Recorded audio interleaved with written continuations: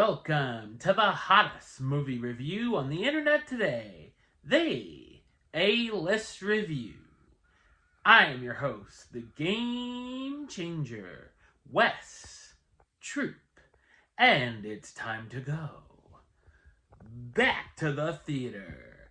And Glenn Powell takes over for Arnold Schwarzenegger in a remake of an action classic. My review of the 2025 action film, The Running Man, coming up now.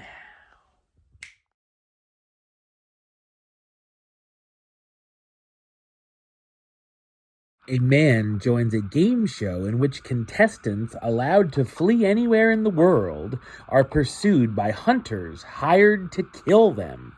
So what did I think of The Running Man? I thought it's a frustrating and uneven dystopian action thriller. This is the second adaptation of the 1982 novel by Stephen King and a closer adaptation to the original story.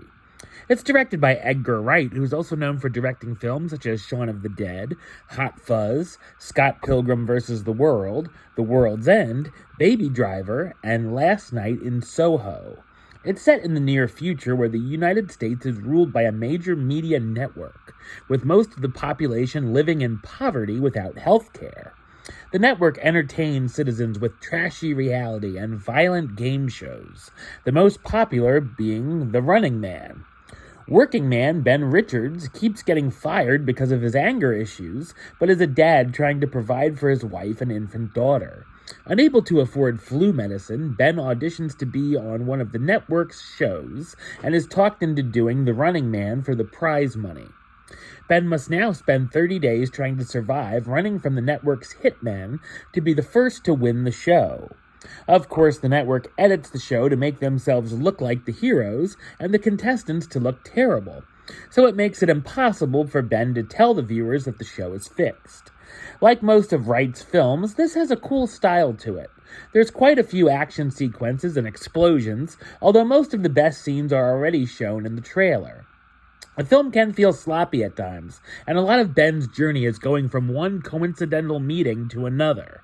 He has so many random encounters with characters who come and go, from the likes of William H. Macy to Michael Cera, one of which is a major character played by Amelia Jones, who comes into play when the movie is in its final act and is about to wrap up.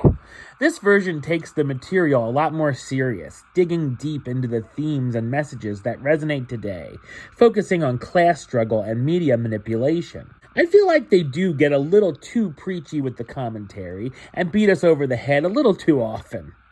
They also make the Running Man show more interactive for the viewers, as they're able to give tips or call into the hunters by their phones and buttons, which can make things interesting.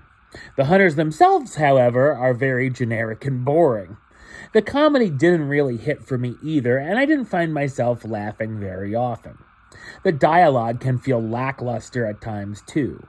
The pacing feels very uneven, and the film definitely goes on too long, clocking in at 2 hours and 13 minutes, and probably would have benefited from being about a half an hour shorter.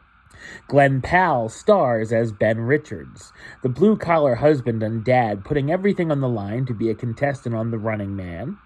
Josh Brolin as Dan Killian, the show's slimy producer.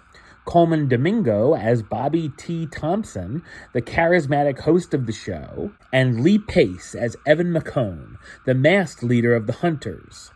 While The Running Man is a competent action thriller and has a nice lead performance from Powell, it's too disjointed to fully convey what the film is going for.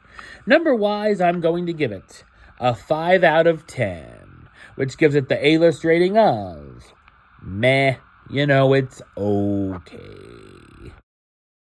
Alright, well that's the show. I'll be back with another review very soon. But until then, don't forget to like, comment, and subscribe right here on YouTube. YouTube.com/WestsideOf515. Like the show on Facebook, Facebook15. Like the show on Facebook, Facebook.com/WesTroopAlist. And of course, you can follow me on the Instagram and Letterboxd @WesAlist. Until next time, Troop out.